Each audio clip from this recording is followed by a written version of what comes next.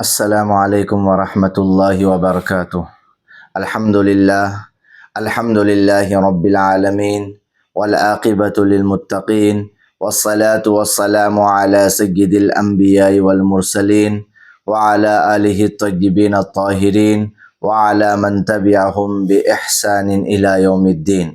اما بعد فاعوذ باللہ من الشیطان الرجیم، بسم اللہ الرحمن الرحیم۔ ان اللہ وملائکتہ یصلون علی النبی یا ایہا الذین آمنوا صلوا علیہ وسلموا تسلیما۔ اللہم صل علی سیدنا شفیعنا حبیبنا ومولانا محمد وبارک وسلم۔ محترم ناظرین کرام، ہماری پچھلی نشست میں ہم حضرت امام شرف الدین بوصیری رحمۃ اللہ علیہ کے 4 اشعار کا ترجمہ اور تشریح آپ کے سامنے پیش کیے تھے۔ اب اسی سلسلے کو برقرار رکھتے ہوئے ہم آگے کے اشعار کا ترجمہ اور تشریح کرتے ہیں۔ حضرت امام شرف الدین بوصیری رحمۃ اللہ علیہ فرماتے ہیں: لولا الہوی لم ترق دمعا علی طلل ولا ارقت لذکر البانی والعلم، جس کا ترجمہ ہے: اگر محبت نہ ہوتی تو کھنڈروں پر نہ آنسو بہاتے اور درخت بان اور پہاڑ کی یاد میں راتوں کو نہ جاگتے۔ اس شعر میں صاحب قصیدہ یہ کہنا چاہتے ہیں کہ اگر محبت نہ ہوتی تو کھنڈروں پر جو آنسو بہائے گئے ہیں یہ محبت کی وجہ سے ہے۔ تو یہاں پر اس شعر میں محبت کا اظہار کیا جا رہا ہے۔ عاشق کھنڈروں پر کھڑے ہو کر اس لیے آنسو بہا رہا ہے کیونکہ اس میں محبوب کا مکان واقع ہے، اس میں ایک قسم کی نسبت جڑی ہوئی ہے۔ جب بھی عاشق کو ان مقامات سے گزرنے کا موقع ملتا ہے اور ان اشیاء سے وابستگی پیش آتی تو عشق کے غم سے ماضی کی یادیں دوبارہ جاگ جاتی ہیں اور اس کو بے قرار کرتی ہے، جس سے وہ بے چین ہو کر انہی مقامات پر کھڑے ہو کر رونے لگتا ہے۔ یعنی اس مقامات سے، ان کھنڈروں سے جب عاشق کا گزر ہوتا ہے تو ان کھنڈرات میں محبوب کا مکان ہونے کی وجہ سے ان کھنڈرات کو دیکھ کر محبوب کی یاد آ جاتی ہے، اور جب محبوب کی یاد آ جاتی ہے تو آنکھوں سے آنسو روا دوا ہو جاتے ہیں۔ یہ محبت کی علامت ہے۔ اسی طرح دوسری مصرے میں فرماتے ہیں کہ درخت بان کا تذکرہ کیا گیا ہے۔ یہ بان ایک ایسے درخت کا نام ہے اور اس درخت میں ایک پھل ہوتا ہے، اور اس پھل کی جو خوشبو ہوتی ہے، تیل اس سے نکلتا ہے اور اس کی خوشبو بہت بہترین ہوا کرتی ہے، جس کی وجہ سے ساری وادی معطر ہو جاتی ہے۔ تو اس طرح شاعر بیان کرتے ہیں کہ شاعر نے درخت بان کا ذکر اس لیے کیا کیونکہ ان کھنڈرات میں درخت بان بکثرت پائے جاتے ہیں اور وہ اپنی خوشبو سے ساری وادی کو معطر کر دیتے ہیں۔ جب بھی عاشق کو درخت بان کی خوشبو کی لہر مس ہوتی ہے تو اسے اپنے محبوب کے معطر بدن کی یاد آ جاتی ہے، اور جس کی وجہ سے ان کے آنکھوں سے آنسو جاری ہو جاتے ہیں۔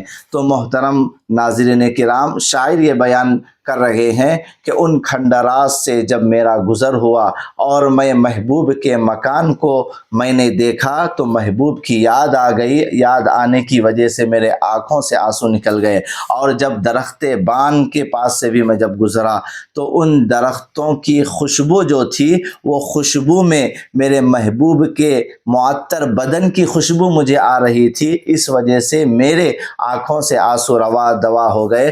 عاشق کی فرط محبت کا حال یہ ہے کہ اگر حالت نیند میں بھی ہو تو وہ محبوب کی خوشبو سے جاگ جاتا ہے اور اس کی رفعت و بلندی والے تصور پر رونے لگتا ہے۔ یہ عاشقوں کا حال ہوتا ہے، یہ سچی محبت کی علامت ہوا کرتی ہے۔ اسی طرح حضرت امام شرف الدین بوصیری رحمۃ اللہ علیہ آگے ارشاد فرماتے ہیں: فَكَيْفَ تُنْكِرُ حُبًّا بَعْدَ مَا شَهِدَتْ بِهِ عَلَيْكَ عُدُولُ الدَّمْعِ وَالسَّقَمِ، جس کا ترجمہ ہے: پس تم محبت کا کیسے انکار کر سکتے ہو جبکہ آنسو اور بیماری کی صورت میں 2 عادل گواہ آپ کے خلاف گواہی دے رہے ہیں۔ محترم ناظرین کرام، اس شعر میں محبت کا اظہار ہو رہا ہے کہ اب محبت کا انکار کرنے کا تم کو کوئی فائدہ نہیں، کیونکہ فیصلے کے لیے جن دو عادل گواہوں کی ضرورت ہوتی ہے وہ دو گواہ گواہی دے چکے ہیں۔ ان میں سے ایک گواہ محبت کے آنسو ہے جو آپ کی آنکھوں سے بہہ رہے ہیں، اور دوسرا گواہ مرض عشق ہے جس سے انسان درد عشق کا شکار ہو کر لاغر ہو جاتا ہے، اس کی رنگت زرد پڑ جاتی ہے اور بے خوابی گرفت کر لیتی ہے، اور ان گواہوں کی صداقت مسلم ہے۔ تمہارے اوپر یہ دو گواہ موجود ہیں، ایک تمہارے آنسوؤں کا بہنا اور دوسرا تمہارا مرض عشق جس سے نمایاں ہو رہا ہے، ہر کس و ناکس دیکھ رہا ہے۔ اب یہ بات چھپنے کی نہیں رہی، ہر ایک پر آیا ہے کہ اب تمہارے اوپر عشق کا قبضہ ہو چکا ہے، اس کے باوجود تم محبت کا انکار کرو گے تو یہ بڑے تعجب کی بات ہے۔ اگر تمہارا مقدمہ عدالت میں پیش ہوگا تو اس کے لیے دو گواہ خون آمیز آنسو اور آپ کے جسم کی رنگت اور لاغری پن موجود ہے، اس وقت انکار کرنے سے رسوائی بھی ہوتی ہے، اس لیے کہ اقرار اور اقبال کر لینا ہی بہتر ہے۔ تو محترم ناظرین کرام، اس شعر میں یہ بیان کیا جا رہا ہے کہ اب تم محبت کا انکار نہیں کر سکتے ہو، کیونکہ تمہارے آنکھوں سے آنسو رواں دواں ہونا اور یہ تمہارا مرد عشق دو ایسے گواہ ہیں جن سے یہ پتہ چل رہا ہے کہ تم کسی کی محبت میں گرفتار ہو۔ یہ دو عادل گواہ ہونے کے بعد محبت کا انکار نہیں کیا جا سکتا ہے۔ اس کے بعد امام شرف الدین بوصیری رحمۃ اللہ علیہ آگے فرماتے ہیں وَأَثْبَتَ الْوَجْدُ خَطَّ عَبْرَةٍ وَضَنًا مثل البہار علی خدیک والعنم، اور عشق نے آنسوؤں کی دو لکیریں تمہارے دونوں رخسار پر سرخ گلاب کی مانند اور لاغری کا نشان زرد پھول کی طرح قائم کر دیا ہے۔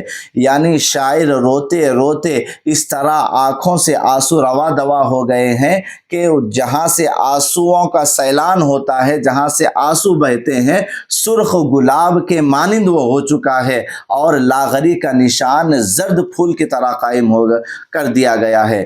تو تم آتش عشق میں پگھل رہے ہو اور دو عادل گواہوں کی گواہی تمہارے اوپر آ گئی ہے، اور دونوں رخساروں پر خون آمیز آنسوؤں کی سیلانی نے تمہارے رخساروں پر سرخ رنگ کی ڈوریں کھینچ دی ہے، اور بدن کی لاغری سے تمہاری رنگت زرد پڑ گئی ہے۔ جسم کا زرد ہو جانا آتش عشق میں جسم کے پگھل کر لاغر ہو جانے کو بتا رہا ہے، اور رخساروں میں دو لال ڈوروں کا بن جانا غم عشق میں مسلسل خون کے آنسوؤں کی جھڑی لگ جانے کو بتا رہا ہے۔ دونوں رنگتوں میں گواہ آئے اور ان کی گواہی بھی ہو گئی۔ تو اس طرح جب شاعر رو رو کر ان کے آنسو بہہ کر جب ان کے رخساروں پر سرخ گلاب کے مانند اس طرح نشان پڑ گئے تو یہ نشانات ہی محبت کی علامت ہے۔